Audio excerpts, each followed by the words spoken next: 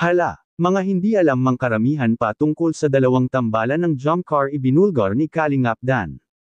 Magandang araw sa inyong lahat mga Kalingap, sanay hindi nyo po makalimutan na mag-like sa video na ito mga Kalingap. At paunawa tapusin muna ang kaboohan ng video na ito mga Kalingap at para malaman ang nilalaman nito.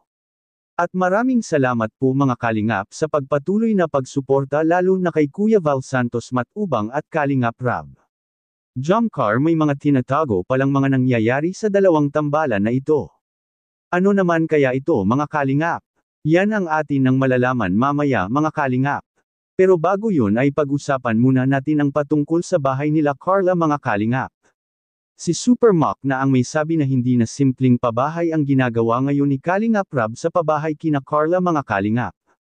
Dahil nga ay ang bahay ni Carla ngayon ay hindi pang ordinaryong pabahay lang na mga ginagawa na pabahay ni Kalingap Rab ngayon mga Kalingap.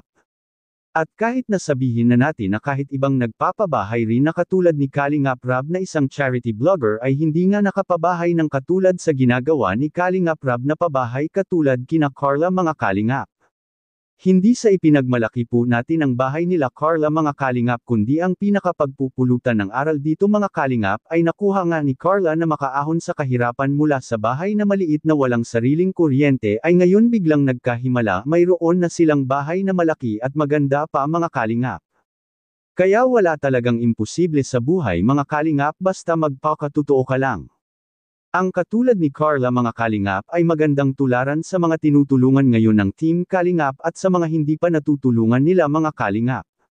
Bakit? Dahil sa kapag marunong kang magtanaw balik utang na loob at ipapakita mo lang sa karamihan ang pagiging tapat at mabait ay sigurado mga Kalingap maging katulad mo rin si Carla na mapagawaan ka ng magandang pabahay ni Kalingap Rab.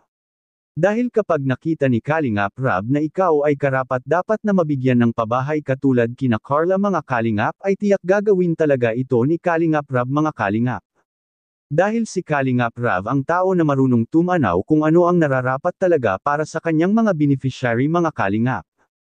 Kitang-kita naman talaga at napaka-deserve talaga ni Carla mga Kalingap na mapabahayan siya ng magandang bahay dahil sa marami naman talaga ang nagmamahal kay Carla mga Kalingap.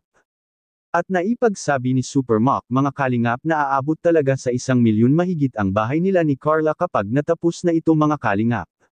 At dito ko nasasabing ang ginagawang pabahay ngayon ni Kalingap Rab ay hindi basta-bastang pabahay. Dahil umaabot na nga ito mga Kalingap sa halagang milyon. Samantala may mga hindi pa pala alam ang karamihan mga Kalingap patungkol sa jump car mga Kalingap.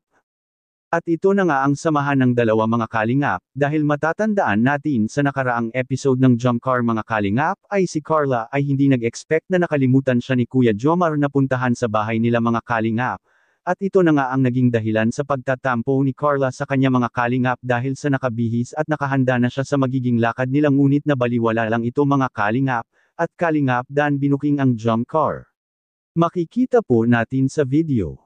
Ayun, alam naman natin na talagang doon din ang punta nila. Kaya antayin natin ang kasal naman. Ako, yun naman ang abangan natin guys. Abangan natin ang kasal.